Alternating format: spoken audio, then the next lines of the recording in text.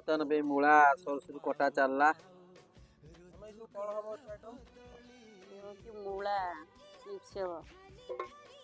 ମୂଳା ସିଏ କଣ ସବୁ? ମୂଳା ହେଉଛି ବେସନ, ହେଉଛି କର୍ଣ୍ଣଫ୍ଲୋର ପାଉଡର, ହଳଦୀ, ଅଦା, ଜିରା, ଲଙ୍କାଗୁଣ୍ଡ।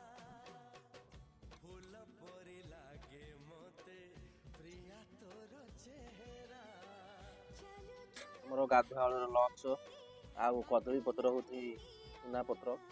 ଆମର ଏଥିରେ ଭାତ, ଡାଲମା, ଶାଗ ଭଜା ଗୋଟେ ହେଇଛି, ମୂଳା ଚିପ୍ସ, ଲଙ୍କା ଲୁଣ ହେଇଛି।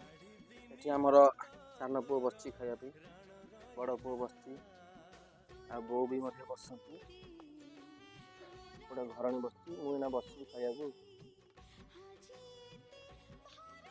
ଖାଦ୍ୟଟା ବଢ଼ିଆ ଟେଷ୍ଟ ହେଇଛି। ଆପଣଙ୍କର ଗୁଲୁଗୁଲି ହାତରେ ପ୍ୟାରି ସବସ୍କ୍ରାଇବ୍ କରିଦେବେ। ରହିଲି, ଜୟ ଜଗନ୍ନାଥ।